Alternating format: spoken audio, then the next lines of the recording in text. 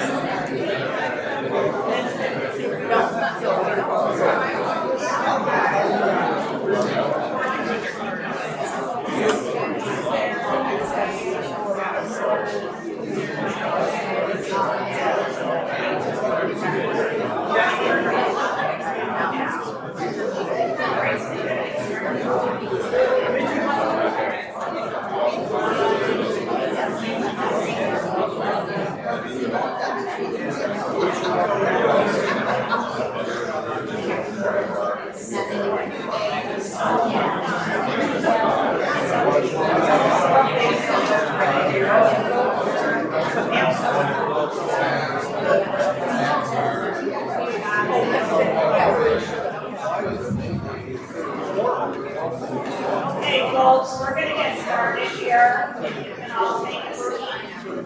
There might be some late arrivals, but if those people are here, take a seat and we'll get started. So this is considered a township special meeting, so we do have to follow some of the standard protocol, just so you know. But the main event is to talk about this proposed road improvement, okay? I've turned it on. Okay. And if you can't hear, if you would please kind of wave your hand, and then Gordon will make an adjustment. That's right. Is it okay? Much louder, okay. All right, so the first thing is we're calling the meeting to order at 10:09, and if you can all rise for the pledge of allegiance. I pledge allegiance to the flag of the United States of America and to the republic for which it stands, one nation, under God, indivisible, with liberty and justice for all. All right, next we have roll call of the board members. Aaron's absent.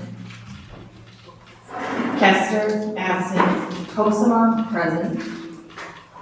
Slopsama Present. Milnick absent.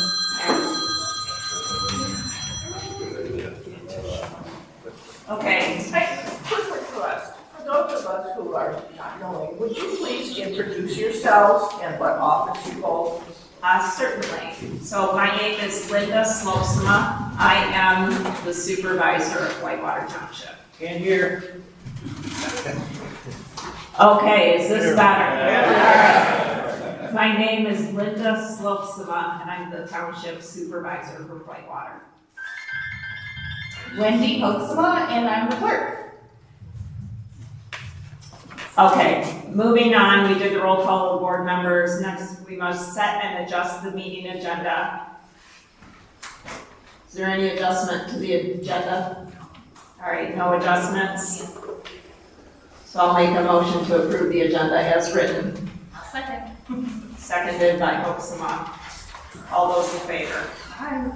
Aye. All right. So the next thing we've got here is, sorry, my computer just scrolled on me there. All right, declaration of conflict of interest. Does any board member have a conflict of interest with the topic for today, road construction? No conflict of interest for Slopesma or Hopesma. All right, next we have public comment. Now, this is a time where you may come up and make a public comment about anything related to Whitewater Township. This is not the Q&A for the road commission, but we have to allow general public comment. Would anybody like to come forward and make a public comment today? I'd like to be the first. Good. Okay, you must come over to the microphone here. And if you can state your name. Good morning, Mark Taylor from 8057 Skidmore Point Road.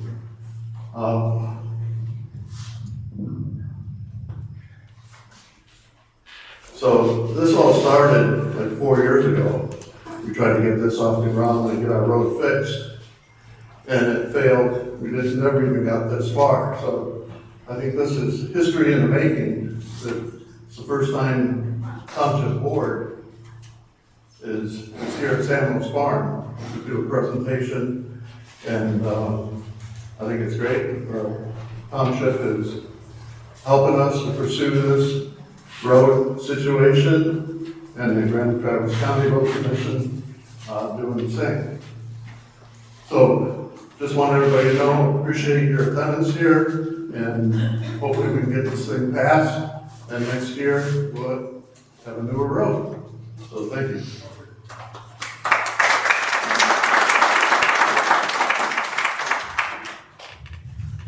Is there anybody else? Okay. Thank you. Good morning, Richard Gold, 8541 Skidmore Point Road on the Elk Lake side. Thank you, Mark, for your energy in driving this conversation.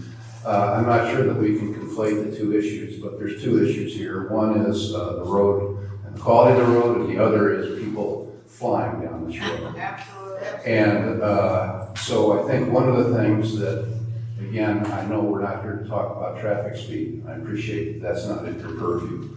But I think since we have as many neighbors here as possible, we ought to figure out a way to commit to get this changed. And there is new legislation. We've communicated about that. It's not 100% where the township can advocate on behalf of its residents to the road commission and the state police to change the speed limit. And one of the outcomes of getting a better road is people are going to go faster. And and it's wonderful that we've got a sign out here, but it's all the way through. I can stand back there, but it's I mean, up and down this road, it is just ridiculous. And while oftentimes it's contractors, it's also residents. I mean, screaming down the road. I'm scared to take my dog out there. I'm scared to take my grandkids out there. It's unacceptable. So I think before we terminate this meeting, I would love to see some form of commitment from the township to help advocate for something that makes sense in terms of speed limit.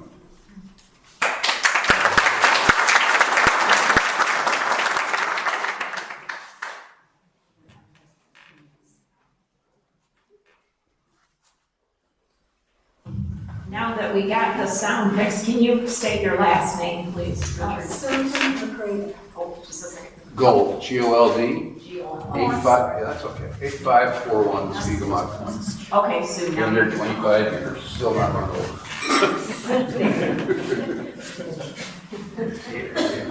My name is Susan McCraven. I live at 9435 Fairview Road. Can you hear?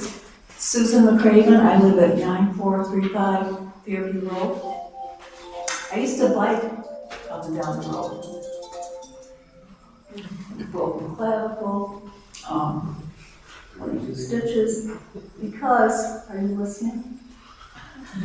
Because there's no shoulder. Closer to the mic. There's no shoulder, and people go by so fast that they actually spray gravel in my face. So I'm just showing you my x-rays. Thank you.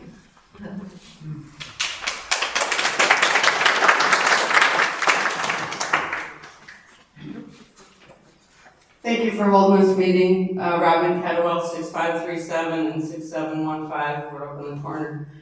I think every one of us in this room that has ever turned left, coming onto Spickmont Point, has done the death grip on the wheel while you're doing nothing but staring in your rearview mirror, hoping you're not getting rear-ended. We have power at the corner. There's a floodlight to illuminate at night. And why we can't put in a yellow blinking light at that corner is beyond me.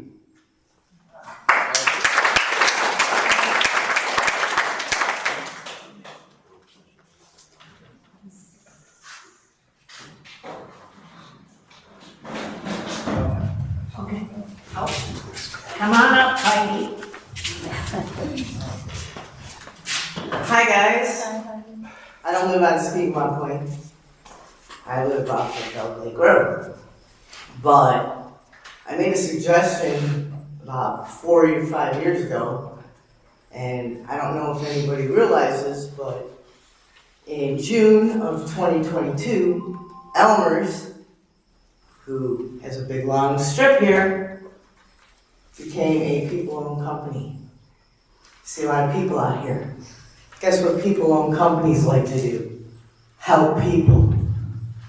If nobody's tapped Elmer's PR department, now's your chance. I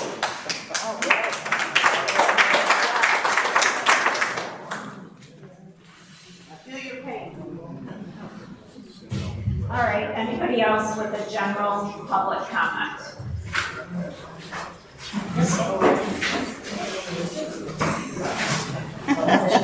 You can go.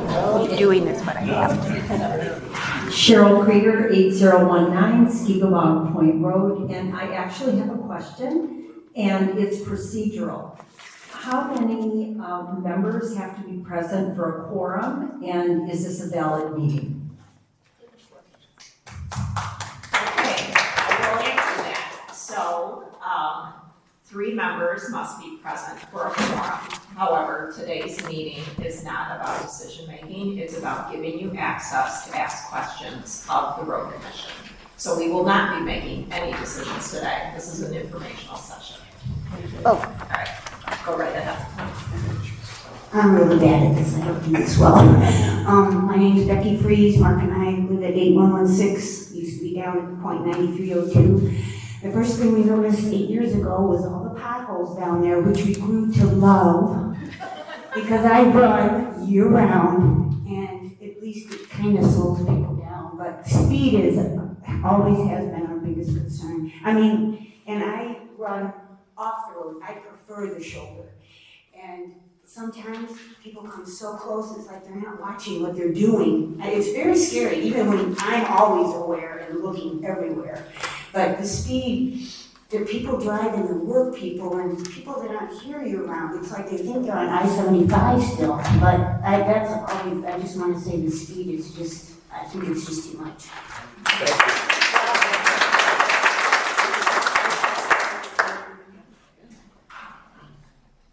Okay, anybody else with a general public comment? Can we ask a question? If it's about the road, that's later in the meeting.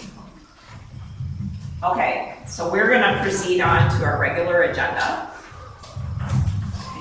So, I wanna introduce Joe Solnicki. He is from the Grand Traverse County Road Commission, so he's a highway engineer. And he is going to explain the project to you so that you can understand the project in general, in addition to what I already mailed to all of you folks. And then, he will take questions, okay? All right, so Joe, you can either stand up there. Okay, thank you. Yeah.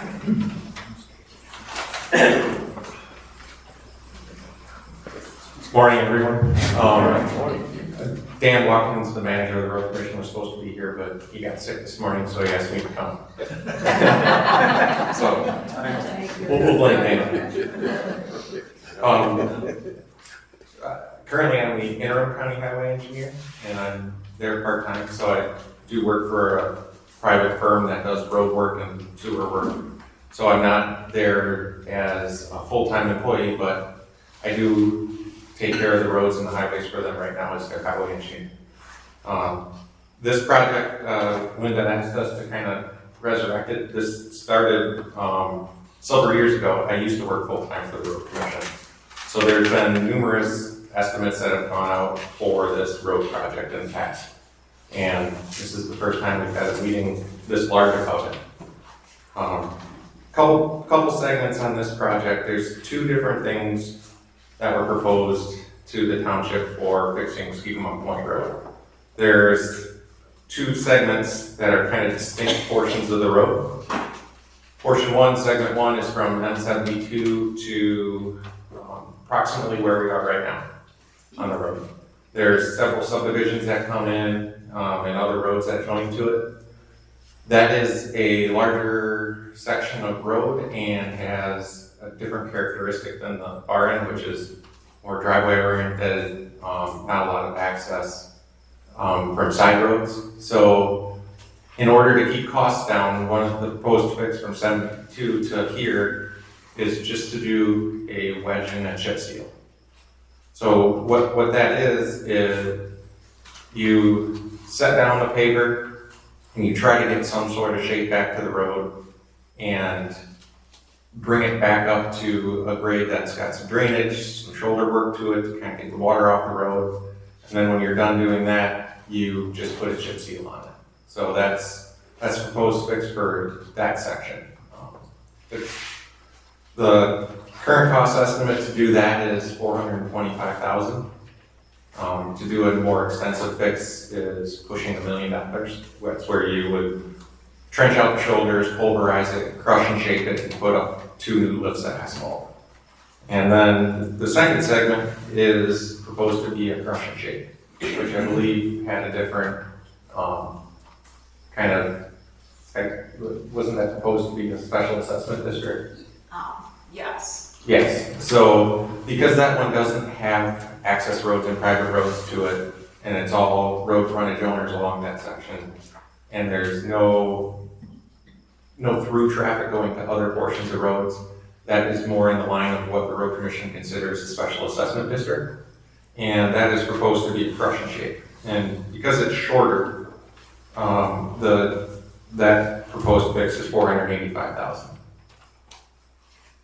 So that's really what's been proposed. Crush and shape. Crush and shape, you have what's called a pulverizer.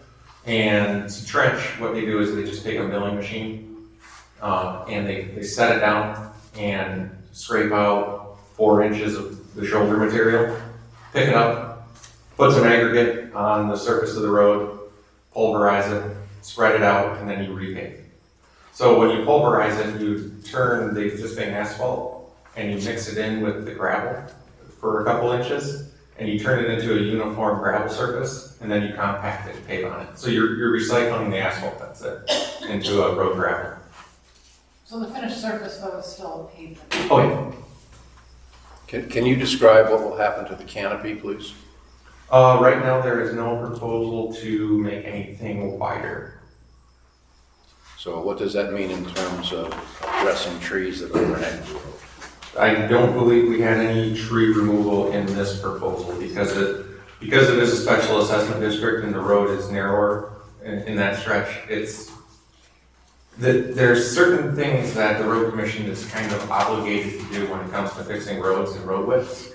And there's something called a clear zone. And a clear zone is a set distance that's off the shoulder of the road or the white fog line.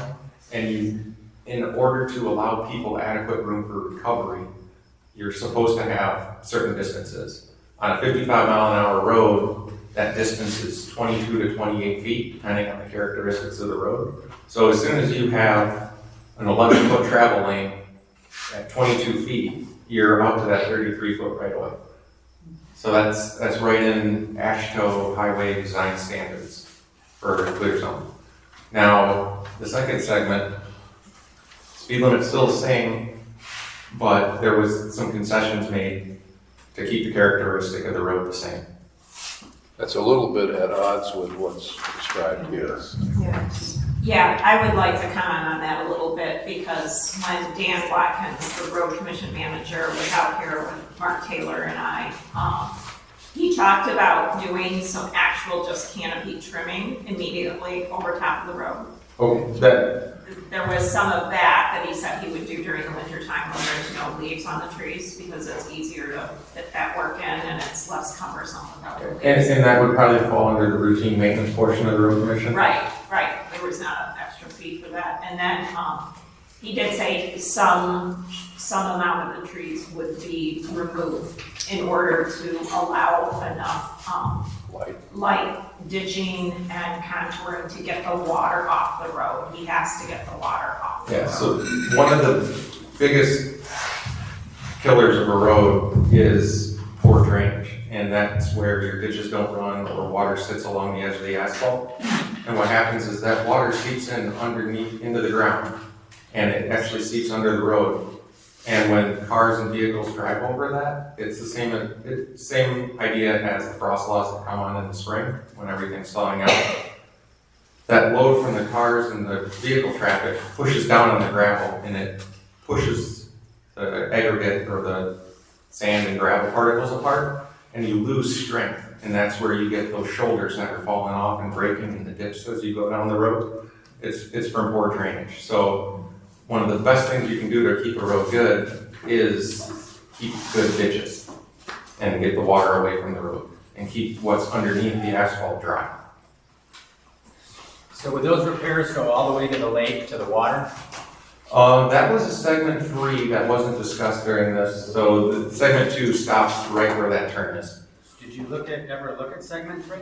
About 5 years ago. I think on your way out. Oh, I've been down there. Oh, so you looked at it? Yeah, well, I looked at it 5 years ago, I looked at it again. There was an estimate for it 5 years ago. Oh. So that part there is acceptable then? And you don't need a repair? No, it needs repair, yes. There's a washout at that beach. Yeah. Yes. So I do have a comment about that. That was brought up within the last week. And so, Dan and I were going to drive down there, but he is ill, but maybe you and I, Joe, can go down and just. That would also be a crush and shake. There's not much you can do with that the way it sits right now. You need to just redo it. So it would just extend the cost of segment 2 to the end of that, but it is narrower and there's a lot of constraints there to be considered. I think lineage-wise, that amounts to about a 10% increase of that portion from Samuels to the lake. What is segment 3? Can you describe that better? So if you go down Skidmore Point Road, there's a gravel road, I believe there's a gravel road off to the right, and then it turns left to go down to the water. So that's segment 3 is where it turns left off the end of Skidmore Point Road. It actually continues down to the water, Skidmore Point Road. But that last section, it doesn't have a lot of driveways or anything on it. But it has fire hydrants. Yeah, the fire hydrants. There is one. Joe, if I can make a comment. When we had this meeting early spring, it had engineers and Dan Watkins and Linda and Tim. We spent 2.5 hours going down this road. And I said, we need this road fixed from 72 to the point. And then all of a sudden, this last week, well, we're not talking about the last 400 feet. I said, well, that's the worst part. Yeah. So, there's 2 homes and at some point soon, they won't be able to get to their homes if that doesn't get fixed. Well, that shouldn't be that much more expensive. If we can get Elmer's to agree on a concession or a discounted price if they get the bid, since they occupy this pit here and run the truck all day long, maybe they can make up that cost difference. Well, that would be something out of the road commission control. These projects do have to go out for a public bid, so any contractor who's capable of doing the work is open to bid on it. The other question I have is the shoulders. Everybody wants to utilize these shoulders. The road itself is narrowed all along the 72 because of the trash trucks. They've just broken off pieces of the road and there's no shoulder left. And the road is narrower. So how are you going to address that and fixing the shoulders going the whole distance? That would be during the wedging operation. You kind of strike a line and put some asphalt in it. If you're doing a full-on crushing shape, that's where the trenching comes in and the regrading and bringing everything back up to a width. So in the finished product, the shoulders will be new gravel? You would trace in new gravel, yes, along the shoulders when you're done with the wedging operation. Can you give us an example of a current legend seal that we might know about? Let me think about Oils? Well, they're gonna do one on Town Line Road in a couple weeks here, down by the airport. It was County Road 633 was wedge and chip a number of years ago. Williamsburg Road, so that was a wedge and an ultra thin asphalt. So it's 3/8 of an inch asphalt went over the top of a wedge. And then Fife Lake and Supply Road were the same thing. They've since come back and done 5-foot shoulders on those roads, but that's how they were originally fixed back in 2014. When in this section from 72 to here, are you gonna cut down the crown because that's part of the problem? You cannot drive on it because the crown is so exaggerated, you end up getting shoved into the So when you do a wedge job, you set the paver down and you're actually dragging the paper almost on the road surface, and they run it at you target a 2% cross slope, so then you fill in that shoulder that's broken off. That's why the crown feels so exaggerated. So you would get asphalt that goes back and forth as it fills in those deviations. And then if the road's going the wrong direction, you would build the crown back up, or if sometimes it's inverted and you see water sitting in the middle of the road, you fill that in and bring the crown back up. So you're trying to correct that back and forth that you feel as you're driving down the road with the wedge. Would you be adding to the shoulders then on some parts where it's really curved, high? You would get probably 4 inches of asphalt, 6 inches of asphalt on the side of the road where it's really broken off. Which means you're gonna have to add to the shoulders too. You would add gravel in those. So then beyond that, in the ditch, now you've got a real big drop off at the edge of the shoulder because you're adding to compensate for that profile. It all kind of fills in with grass and restoration. Sure. Yeah, so we live at 9374 Fairview Road, and we're the first house on the right when you turn off the Skikuma Point in the gravel area. And currently, a lot of the drainage from Skikuma Point Road goes on to Fairview, in front of the mailboxes there, and a little bit, in the property in front of our house. So if they fix the road, is that gonna exaggerate the drainage problem, or are they gonna take that into consideration? Drainage is taken into consideration, but as far as the condition of Fairview Road and what's causing the puddle in front of mailboxes, that might be The mailboxes are on Skikuma. They're at Skikuma. The intent is to get the water away from the road and do the shoulders and everything. But they can't create a drainage on the Fairview by fixing Skikuma. This is a very preliminary drive down the road. So that's why I'm estimate. bringing it up. Yeah, no design plans have been done. Yes, sir. Do you have any, the fire trucks have to get down that section 3? Because that's the water source for a fire for the fire department. Doesn't that have any bearing on repairing that road? As far as keeping it in a passable condition, yes. So that's something that maintenance forces can, like if it's got ruts that big after the rain happened, we can put in a ticket to have someone go look at that. Thank you. Who enforces the frost laws and why aren't they posted? We have trucks coming in and out this road all the time. Well, frost laws are a reduced loading and a reduced speed. Right. But that does not mean that if you're running reduced loads that you can't continue to operate your business. So during frost laws, trucks are limited to how much they can weigh, less than the normal loading in the summer season. So as long as they weigh less than that limit, then they're free to run their business. Is this a Class B road, Skagwalk? Well, Class B? it is not on the all-season list. So an all-season road or a Class A road is a road that is designed to have full loading during frost laws. So the way this one sits, no, and I don't believe it's on the list. I have to look at the list. And given the heavy truck traffic and all the construction projects, the pit, are these modifications going to be adequate given the heavy weights that are moving up and down this road? We're going to be doing it again in another. Yeah, the Western Chip does not change it from a Class B road to a Class A road. If it was to get built to a Class A road, you would have to do a full reconstruction. No, I know, but Class B, axle loading's given a Class B. Does this meet that criteria, or is it something less? During normal season, like summer, or when the frost laws are on, normal loading applies to all roads.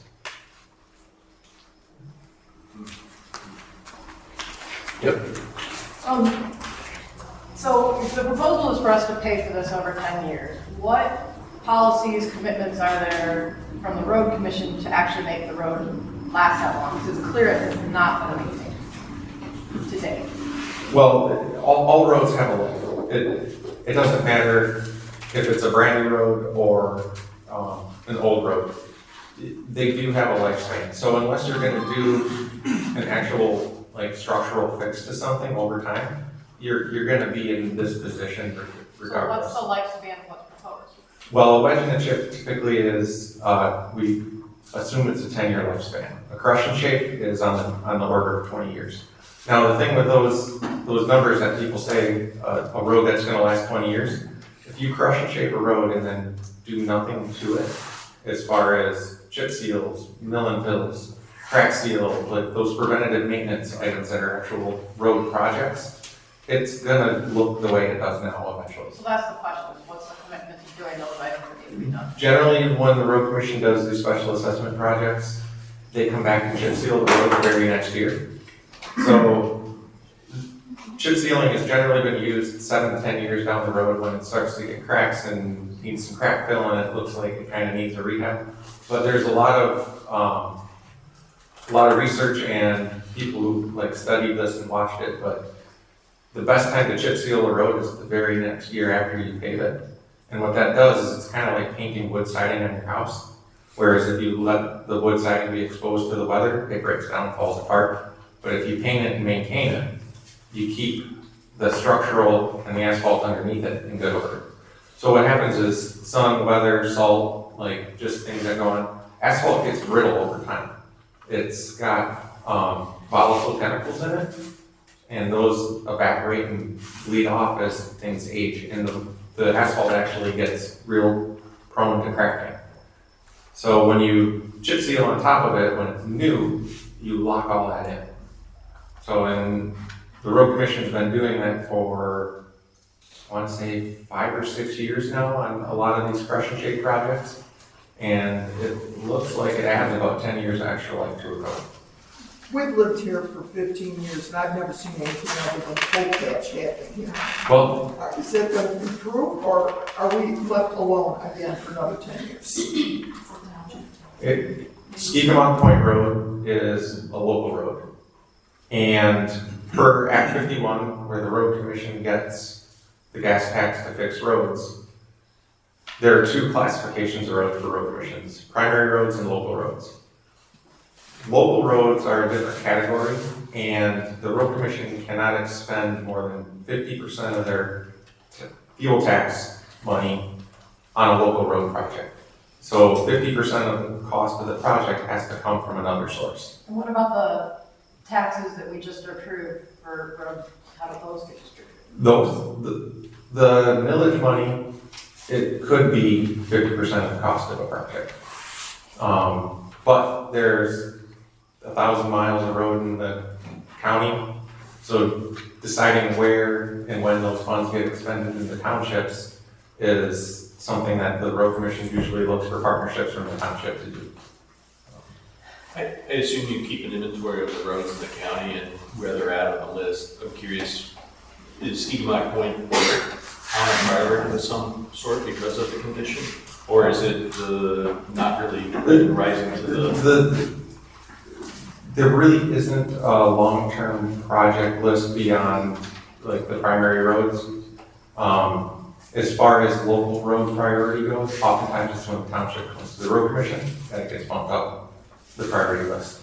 So if you're picking roads throughout the county to fix, the general formula is there's a condition basis, but a lot of times you focus on the preventative maintenance when a road's in good condition first, because it makes sense to keep the good roads good, and then you pick off the roads that need more extensive fixing as they come due, or funds are available. But the formula has been traffic volumes, proximity to schools and businesses, and then condition.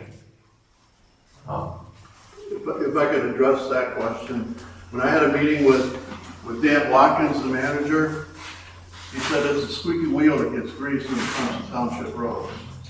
So if you guys have a problem with pothole or any other problem, call the Grand Traverse Road Commission. Call the township. They gotta know that you have a concern. They have over 2,000 roads they have to maintain. And so, yeah, we're left like a little island here. So we have to speak up when we see a problem. I called maybe 2 weeks ago about that big pothole just south of the Elmer's Pit. And they said this is the first call that came in. And just less than a week later, they fixed it. So there is an online tool, so you're aware, if you go to the Grand Traverse County Road Commission website, or if you just Google up Grand Traverse County Road Commission report pothole, there's a very easy way you can do it either on your phone or on your computer, and you can put a ticket in, and it does work, I can tell you, because I put tickets in periodically when I see them. And there was a ticket entered in for the end of the road there as it goes to the water. Dan put that in himself. Yeah, and those tickets, when you put them in on your phone for potholes and different, go straight to the pothole crew. And they've got a list and they work around the county. Just to clarify segment 3 for a second, my recollection, I don't go down there that frequently, but there's a private road, right, that goes directly? No. So it turns left, goes down to the fire hydrant and what used to be a usable boat launch.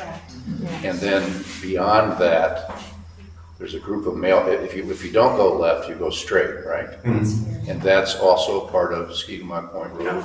It is not. That's a private road and not under consideration here. No, it would terminate where that Y-shaped sign is. Okay. One in the back, yes. Two questions. Baggs Road, where the boat launch is on Skidmore Way, what was the process of resurfacing that particular road? So that way I think it will help people understand the concept of what was done there. Yeah, so Baggs Road is actually the jurisdiction of Kalkaska County. And that road was a partnership between Kalkaska and Grand Traverse County Road Commission. So Kalkaska was the one who initiated that, and then they just had an intergovernmental agreement to share costs of, that was a correction shape. Okay. So the second question is, it gets back to the segment 3 with what everybody's kind of talking about.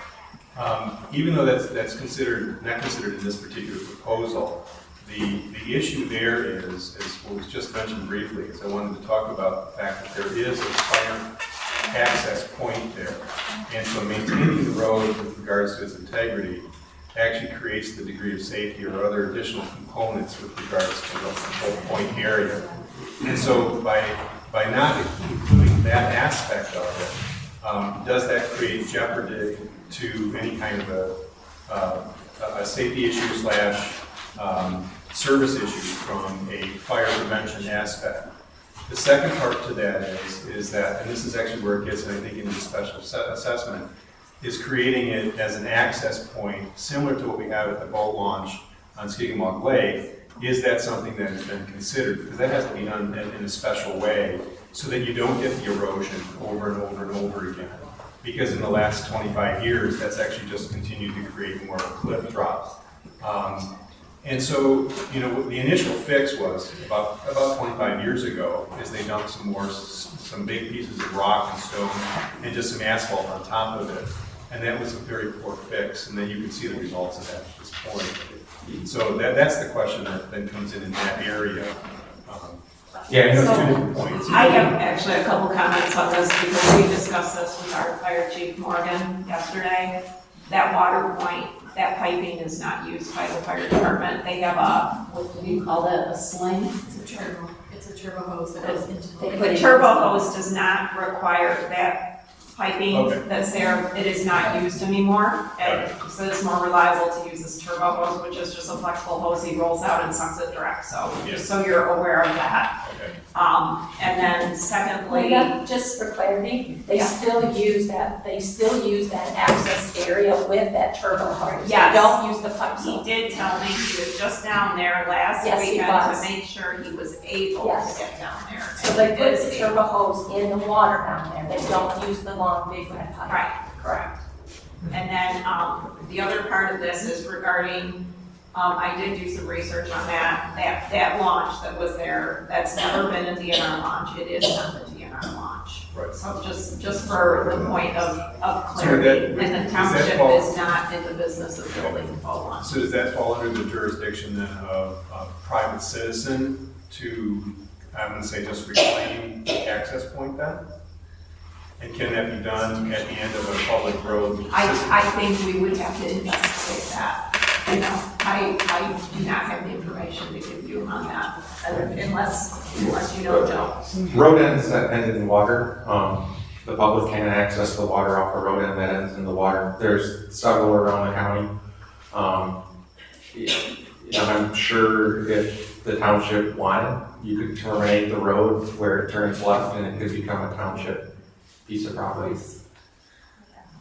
Well, see, several years ago, I mean, just to bring everybody else up to speed, there was actually a proposal to put a big dock / public access component. to Kayak it. launch. And we were all kind of opposed to that, because that didn't make any sense. Yeah, and if you making road improvements and fix a nice road right down to the water, someone's gonna back a boat in. There's no parking facility. No, you still can't stop from launching a boat. They gotta back it in. It's too shallow. You can't put anything. So, of the $910,000, you know, it's broken down into 3 buckets, and the homeowners are being asked to pay the $238 of it to a special assessment. I think it's hard to understand whether that's fair or consistent with other road projects. You described this as a local road here in the township. How do we assess whether what we're being asked to pay is consistent with other road projects? Can somebody speak to that? Why are we paying as much as we're paying? Well, anything that's been in a subdivision that has been fixed in Grand Traverse County in the last 10 years has been a special assessment district. And the road commission has kicked in the maximum 25%. So depending on the size of the project, that's what it's been. And So just the to road clarify, commission's paying 50%? so in this case, the road commission is putting 50% of the money in for the total project on the length.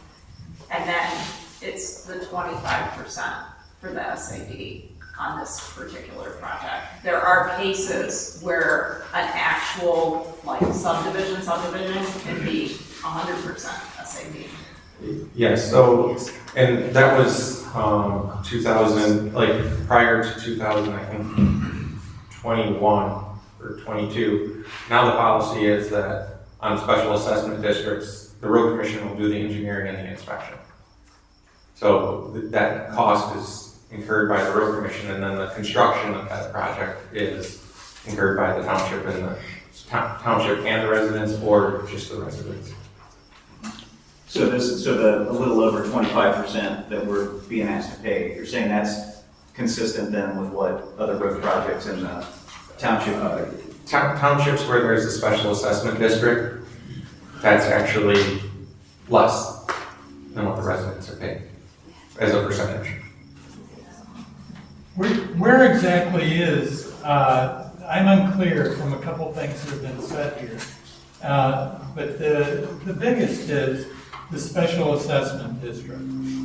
So if I understood you correctly, earlier you said that it would essentially begin at the north end of Samuel's Farm. That was, yes. And So I want to make a comment before you get on to multiple comments there, Bob. So I notified everybody that lives on Skidmont Point Road, as well as Drake Lane and Fairview, because there is no way to get to Drake Lane or Fairview without coming down Skidmont Point Road. So that's why there's 159 property IDs up there on the back table. Ultimately, finalizing the special assessment district is something that we will go through with our attorney, and they have a very detailed review. It is not a simple process.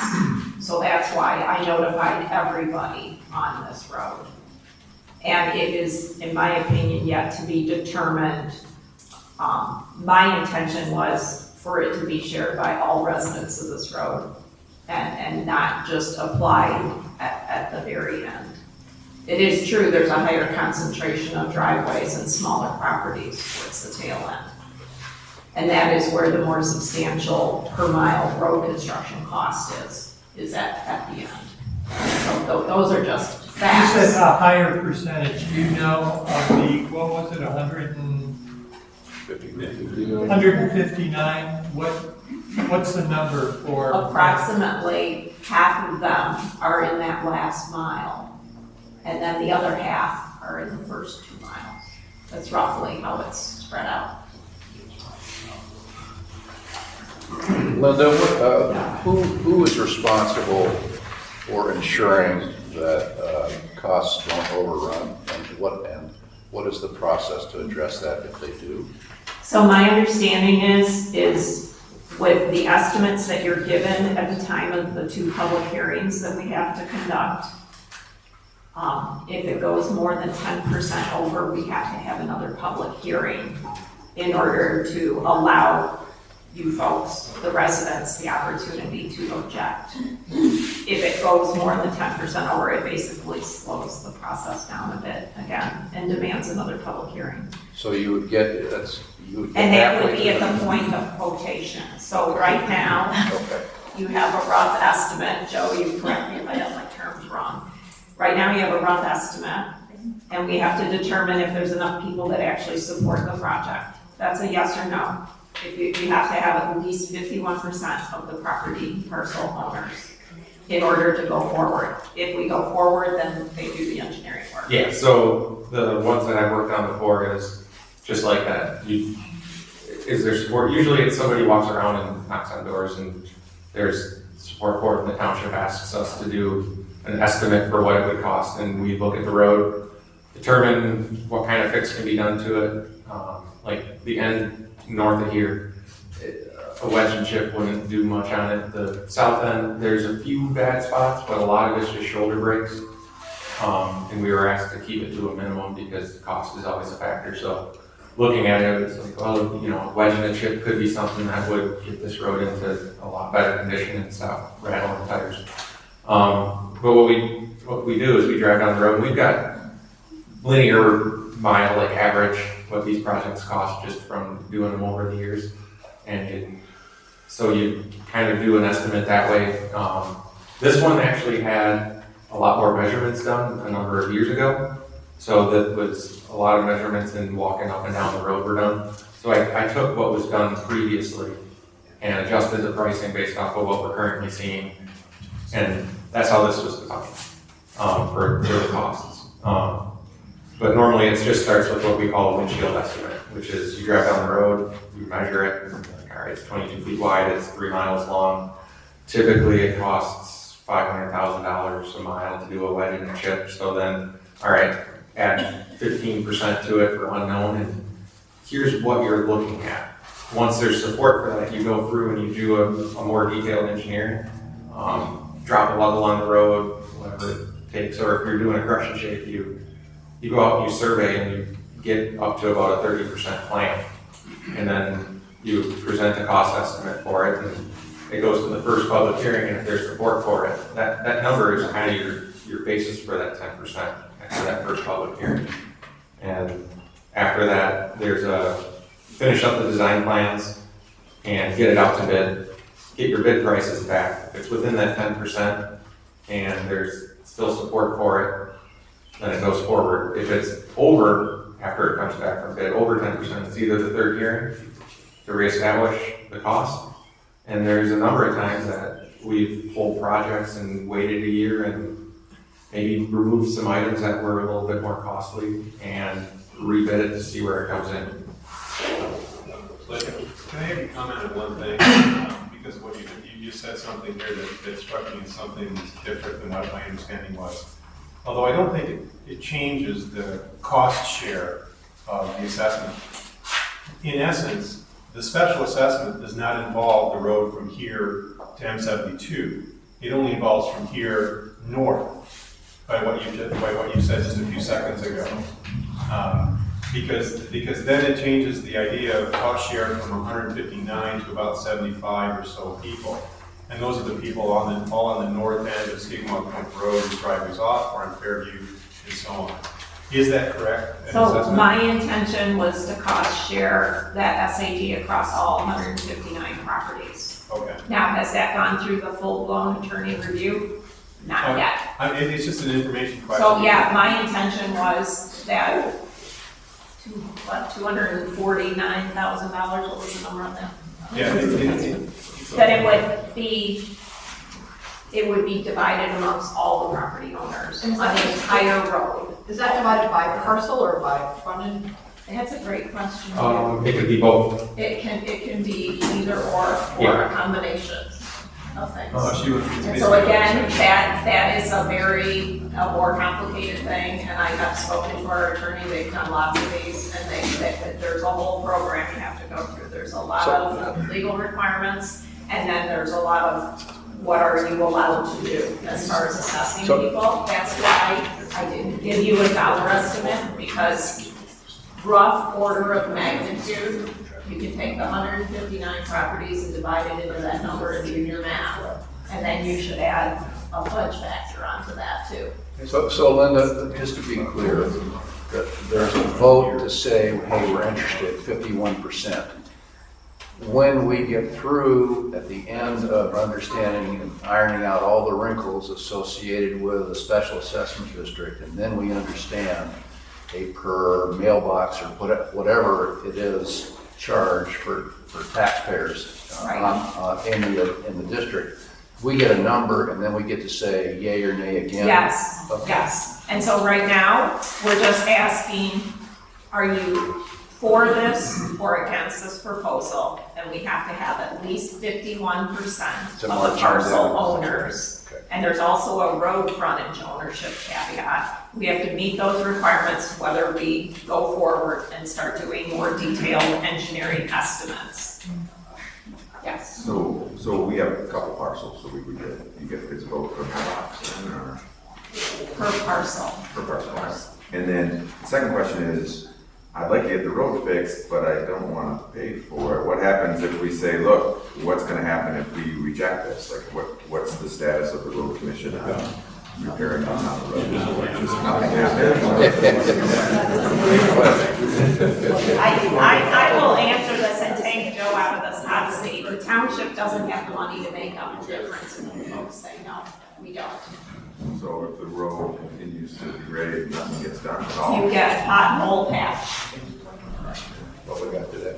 Yeah, and I would like to say that, the township in recent history, I don't think has ever pitched in money to a project.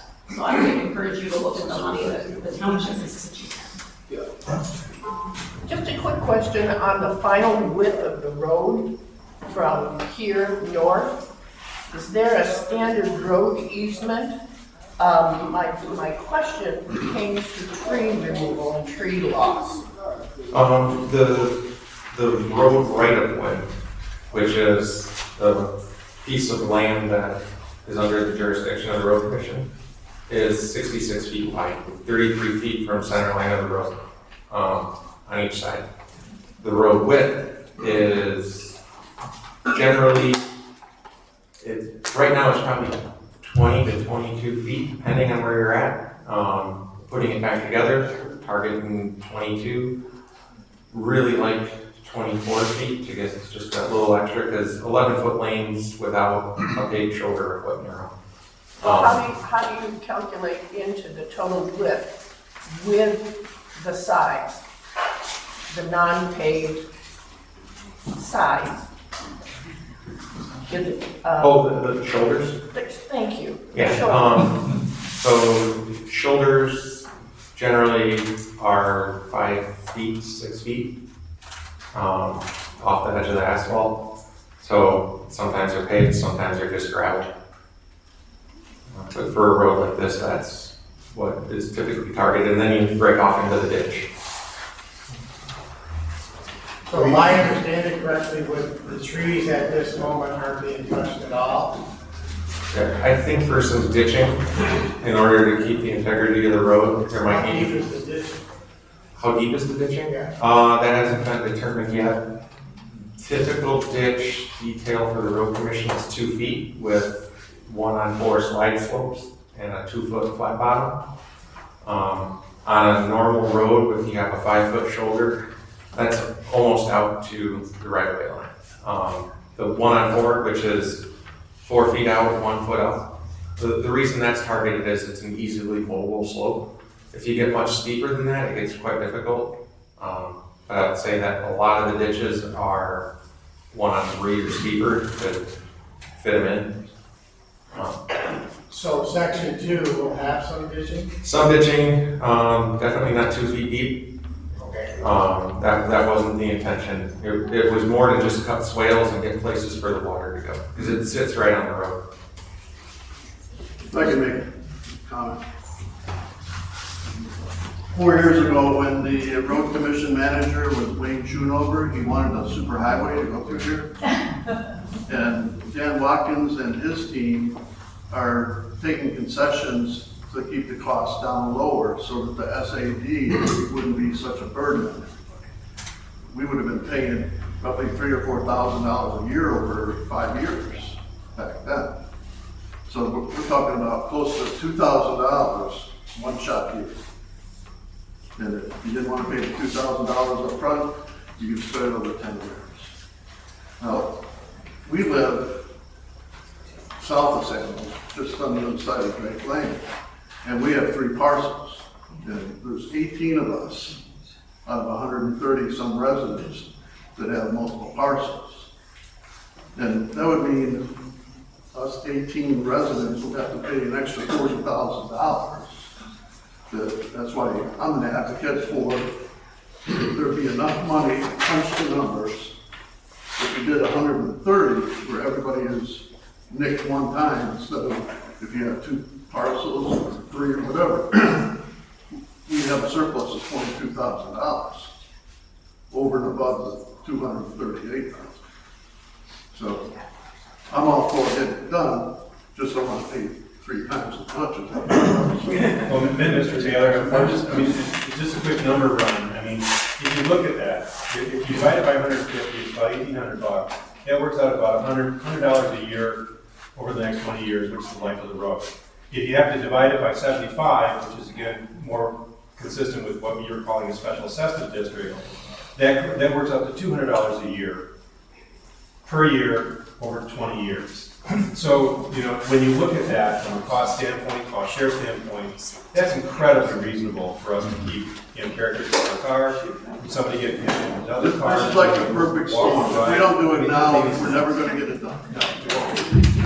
I would like to clarify the special assessment, spreading it over time would likely be 10 years. And the reason for that is they say you need to do that with respect to the official life of the road. The wedge and chip seal on the southern portion, that would be really rated for 10 years, right, Joe? Yeah, that's generally. And then the portion that's totally milled, ground up, and reformatted, that truly would have a 20-year life. But since we were looking at it as a one total road project, that it would be over 10 years. I just want to make sure you know it's 10, not Yeah, 20. I want to ask one additional question. Vinnie earlier talked about how Elmer's was a people-oriented company. Does Elmer's, because they have a commercial component here on this particular road, get a special assessment? Is that increased? Is that dependent upon the number of traffic? Do they have to account for that with regards to that assessment? Great question. Okay, you may not know the answer to this. The answer is that yes, they do have to pay the special assessment, but they are not assessed more. Now, that doesn't mean they can't offer to pay more. They can. I'm sure they will. But, so just, you know, but no, they are not exempt. Some other people have asked questions about, you have a couple, income tax exempt entities that own some property along here. They also are not exempt. Really, the only exemption is if you're a school. Okay. All right. Do you have any experience with removable speed bumps? Because even though the speed limit gets lowered, who is going to enforce it? So far, there's been nobody here on this road from law enforcement to enforce anything. So, speed bumps, the road commission will not defend even if they're removable. The only places that you'll see them around Grand Traverse County are on private roads. As far as enforcement goes, that would be having the sheriff be out here. Yeah, the road commission can't control how people drive, just the road surface and the ditches and the components of the road that they're responsible for. There's one on Sheridan Road, this road that I take to go to the church. There's 2 speed bumps on that road. Is it a private road? They remove them. They remove them.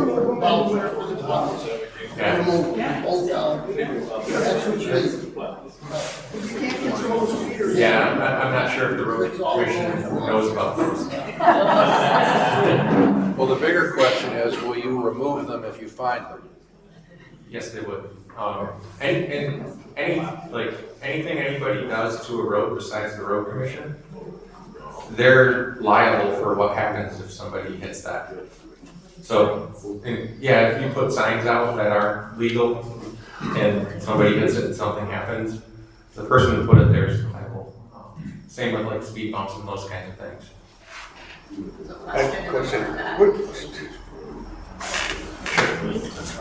So this is a two-part question. Way back when we had a Zoom meeting a couple of years ago, for those that were on it might remember, this is all about the trees.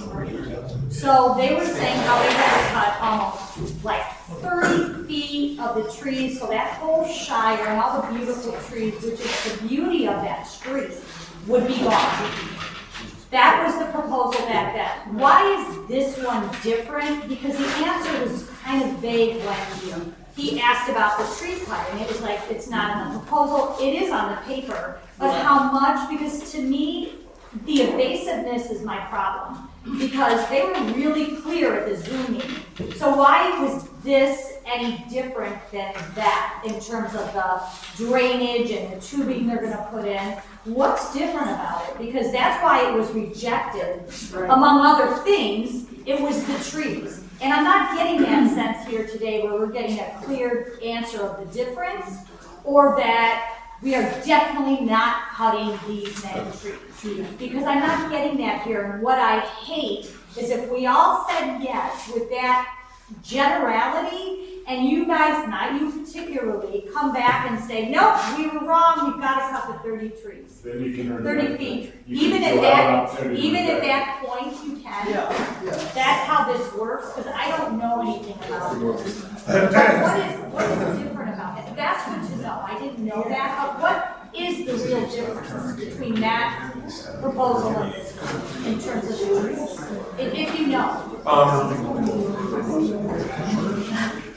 Can you please quiet down so everybody can hear Joe? Okay, so I kind of remember that meeting. I wasn't super involved with this project, but I believe some of it was if you wanted to keep the trees and narrow off the road and not do the county standard profile for a road, then it was gonna be 100% on the residents. Correct, it was, that was the result, and And we just said no. There's different management now. So there's some concessions and like a lot of things have what's called engineering judgment. And there's standards, and if you had a road that was 3,000 cars a day, 55 miles an hour, probably wouldn't compromise on the clear zone for the traveling public. A road that goes to a dead end, it's lower volume. Those trees, they actually do help reduce speed. And sometimes really quickly.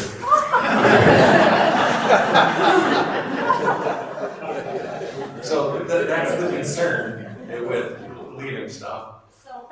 But you don't, with the guidance that talks about your clear zone for the side of the road, there's some vagueness in there, and I think that the end of the road meets some of that vagueness where you don't have to take down all the trees all the way out to the 33 feet. So one of the things that the road commission has though is, remember when I talked about asphalt degrading and falling apart? One of the biggest contributors to that is water. And what happens when you have trees that shade roads is you'll see that they stay wet for a really long time. And that's not good for the road surface. Sun also degrades it, so if you go out to California, the sun's a problem. But in Michigan, we don't really have a sun problem, except for a couple months a year. So like removing the trees is, the reason the road commission does that is to open it up and get the road to dry out. It stops icing issues in the winter, it keeps the road surface better, and it allows for room for ditches and drainage. But because this is a partnership project, and it's the people who live along it, there's some concessions being made on that front. You couldn't. Yeah, just want to confirm, the special assessment district is all 3 miles, Linda, the way you're talking about it? Yes. And there are 159 parcels that benefit Yes. from the use of the road, regardless of the owner. If the owner happens to own 3, that's great, but there are 3 parcels that benefit from that road. So they can Yes, sell if you them. read the state law, you will read that they state that exact reasoning. The parcel, every parcel benefits in the value of the parcel. Yeah, it's irrelevant who the owner is. If they can sell those parcels. Yes, yeah, that is the whole point. You can sell From a parcels. finance perspective, it's an economic unit. You can benefit from it, you participate in using the road. So Linda, just to be a thorn for a moment. I said, my intent was not to conflate the speed with the condition of the road. But the reality is they're probably connected. So my question to you, I'm not going to put you on the spot today, but perhaps you could ruminate and comment later before we vote, would be, how can you help? How can the township help us deal with the speed side of this? Because I see them as connected. And as much as I would like to have a nicer road, so we could walk the dog for the kids or bicycle, my concern is we fix the road and people haul ass down here twice as fast. So, and I communicated earlier with you about a state law that the state police apparently don't fully understand the intent of the law and they're reworking that. But could you give us some thoughts around that? Again, not to put you on the spot today, to say how you can help this group. And it's a pretty healthy group here today. And I think there's not too many people here that are not concerned about the speed. Help us and the township address this concern. So my understanding is that, and we did actually submit one a month ago regarding, was it Vinton and Church, both? So right by the town hall, there's several small parcels there, residential homes all in there. And we turned that into the road commission. We're still working on getting an answer back on how they're dealing with that in light of the new legislation.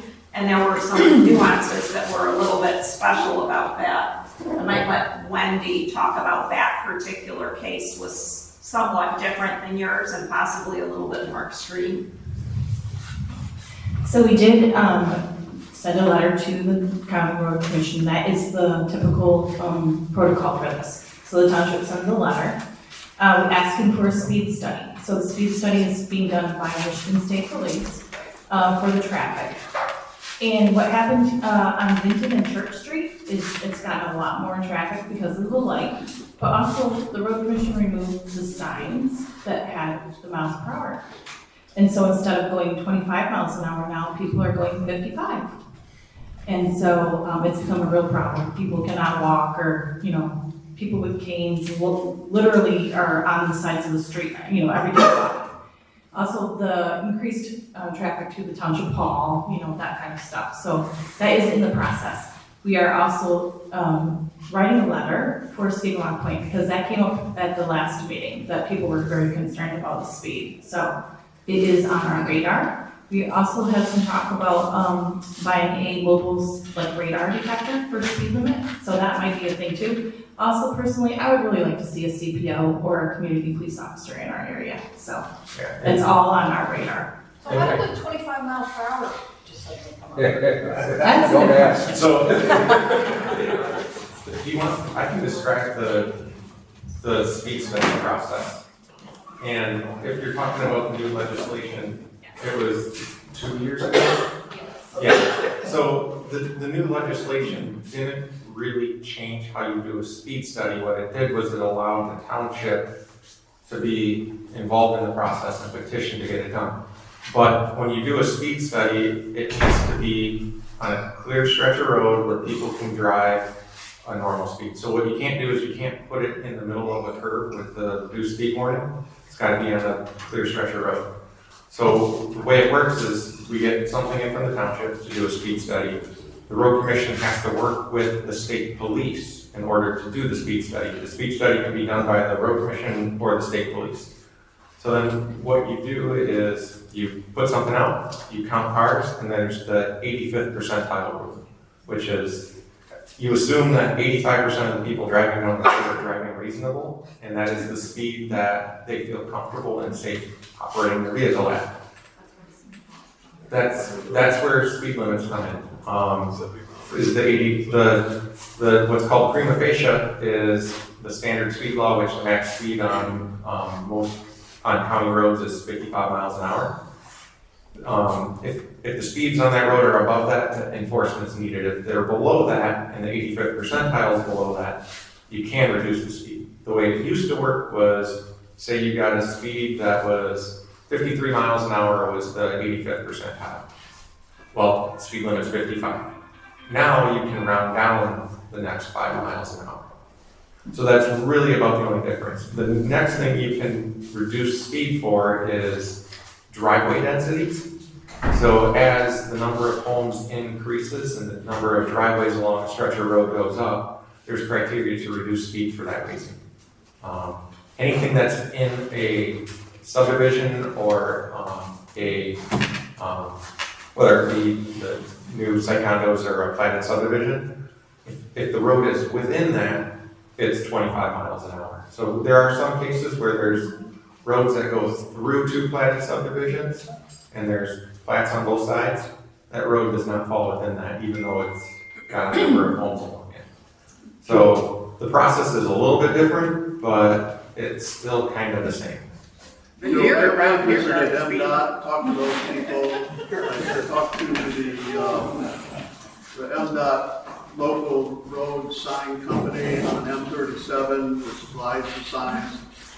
Talked to Dan Watkins, your boss, and I've got at least a half a dozen pictures on my phone of cars speedometer that shows the speed if you have navigation. This shows this road being 25. And I believe we're in an R1 district, are we not? Yes. Yes. I will say Google's wrong a lot. So,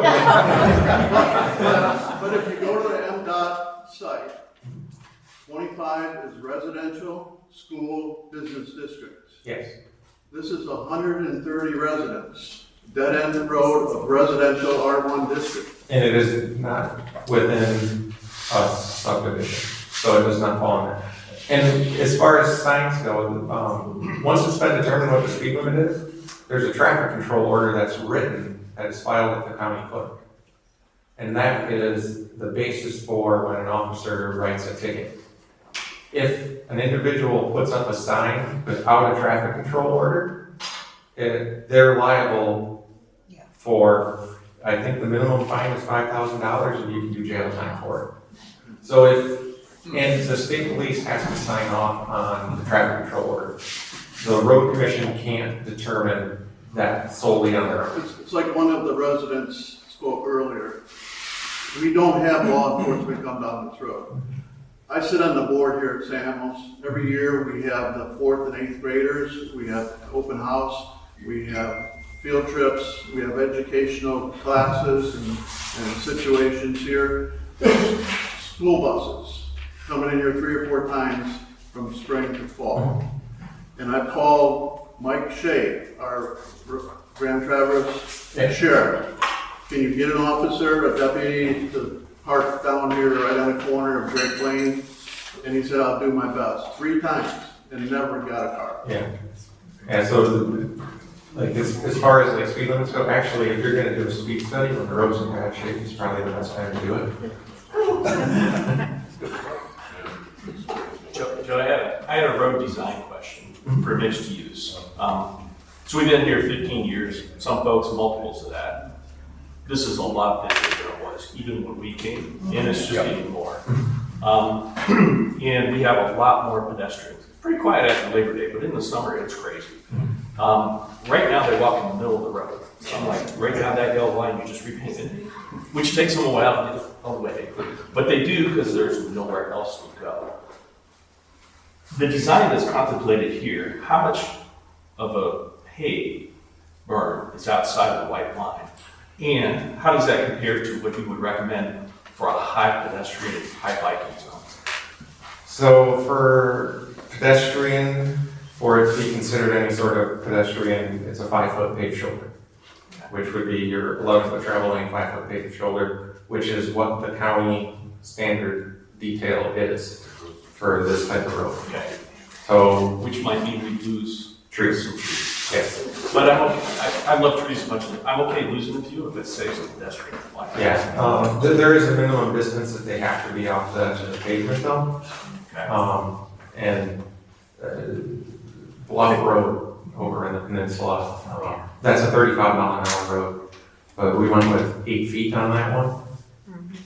As far as the minimum distance, enough room to get a car off the road. So what's contemplated and what's currently written up here? No, How much I don't outside? know. I'm not sure what Dan and Larry and maintenance had in mind for the trees. No. How much pavement outside the white line? Like maybe a foot. So not enough. Okay. Can I just make a comment though, because so many people are here and all of us have visitors because somebody wants to come up here in the summer. Can y'all just educate your visitors a little bit? Because regardless of speed limit, regardless of quality of road, there's hills. And when you come up over a hill, and if you're doing 25 miles an hour or 45 or 55, and all of a sudden you see those pedestrians in the middle of the road, it's gonna end badly. You know, it really is, and it's about education. It's about knowing that if you can't see my vehicle coming, I can't see you either. So maybe just sharing that with anybody that's visiting, that, you know, pay attention. There's a lot of very reduced visibility on this road. That scares me the number of times I've come up on that. In one of the original fixes that was proposed a number of years ago, there was hill cuts along here to create better sight distance. But that's quite extensive. Can I follow up on what Jenny just said? I think we've got a lot of people in this room, a few have left, but it's the same thing. It's get your visitors, get your contractors. Why not, if everybody in here pledged to try to convince our visitors and our contractors and ourselves and our spouses to slow down to 45 from 72 down to the farm, and from 25 the rest of the way down. And maybe it would have effect, maybe it wouldn't, but it couldn't hurt. just a quick question. And you've been talking about this. You all live on the road. You know how fast or slow you think people should go. Start with yourself and your family and go that speed. And if somebody's coming up behind you and they're going faster, just keep going your slow speed. And second of all, how long do they have to return the signed forms so that you can get started on this? There is no specific time limit, but if people don't return the forms, you may not have a project in 2026 because you'll run out of time. Okay, does the money stay with the township for how long? That's going to be kicked in for this? There is a 4-year rotation on money allocated for the benefit of the township. So every year forward you go, you peel off a year. I think Dan was gonna let us borrow 2 years into the future to help pay for this. Yeah. So you're actually lucky to have this offer because there are other people on roads that want them fixed. And if you can't get your 51%, don't worry, the money will be used somewhere else. So I urge you to make a decision. Make a decision. Linda, under a special assessment district, is it legally permissible for you to include parcels that don't abut Skigamon Point Road, such as the parcels off Drake Lane or Fairview? Our attorney said yes, it is, if that's the only way that they can get to their piece of property, yes. I want to add about our self-policing, out there calling love doors, contractors. We also have a very high population of short-term rentals on the north end of this point. So I'm going to encourage each and every one of you to take that into mind as well, because the short-term rentals, we just witnessed one this weekend, a truck with 11 kids, 5 of them in the back of homes down the road. And so it's not just us, it is our contractors, it is also the short-term rentals. And if you haven't taken a look at Airbnb and VRBO and see the number of short-term rentals right now that are advertising on that north end, I highly recommend you do that, please. I thought there were some rules against it. There is, and I'm personally fighting it, and I know there's several of us that have sent letters in. Highly recommend you guys get behind that too, because that is part of the speed problem down this road as well. Those that are living next to it need your help. We don't want to live next to it. I just want to add that there are some contractors down in Fairview at the end. I don't know whose house they're on, but I can tell you personally from walking my son's dog up that they fly down under the trees, and maybe you could ask them to not do that, whoever has contractors around there, if you're there. So somebody mentioned the radar indicator that flashes lights and stuff. You can link that to a paintball gun.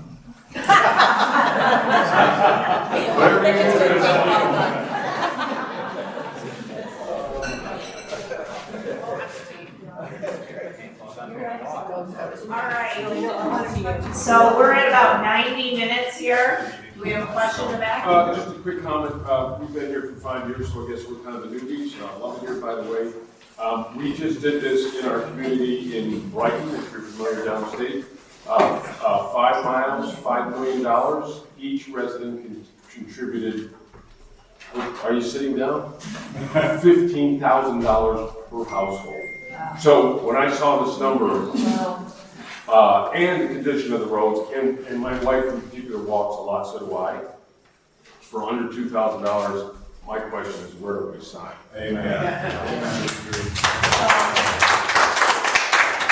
I know we're losing some people here. All property owners were mailed a form, but if you lost it or if it didn't come through for any reason, there are forms back there, and there's a listing that is sorted by last name.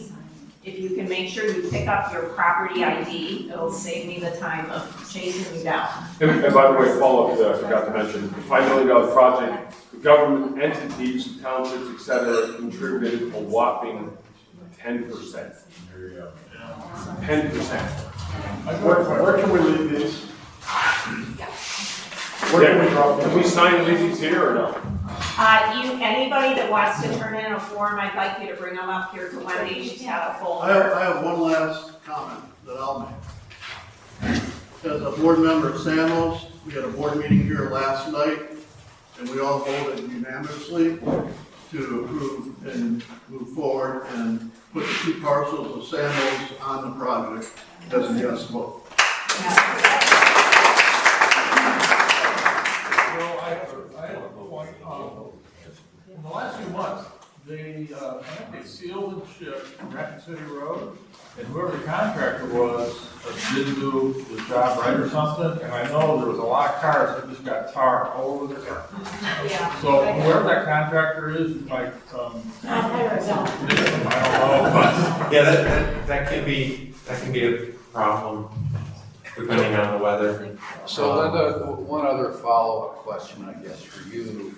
I don't know what this says on the Elmer's piece, but will the township undertake to see how gracious Elmer's would like to be, given to take care of the road as much as anything? Yeah, I'm totally willing to contact them, Thank you. talk to them, and I think some of your residents know the people there as well. So I think. Would they be part of the bidding process, Alan? They can be, yes. Then they can sharpen it down. Yeah, it's part of it, like for the chip seal, I wanted to say, the road commission has had that happen in the past. And there's a number of different emulsions you can use and different stones you can use. Right. So it costs more, but the road commission went strictly with what is chemical grade emulsion. So that's, when you spray it down, it isn't dependent on weather. So depending on humidity and temperature, some emulsions take longer, and that's where you get the splatter on the cars. So they've chosen to use one that is strictly a chemical-based one, so that way you're not as dependent on humidity, shade, temperature. Just a lot better performance with it, stuff that sticks, and way fewer complaints. Questions? Sure, just not a question, but asked earlier, how soon you want these forms, you said there's no due date, but do you have a recommendation that you get these forms in by a certain Well, date? I really like them within a couple weeks. Okay. The sooner the better. I mean, I can do nothing until there's 51% that want this, but the no votes matter also.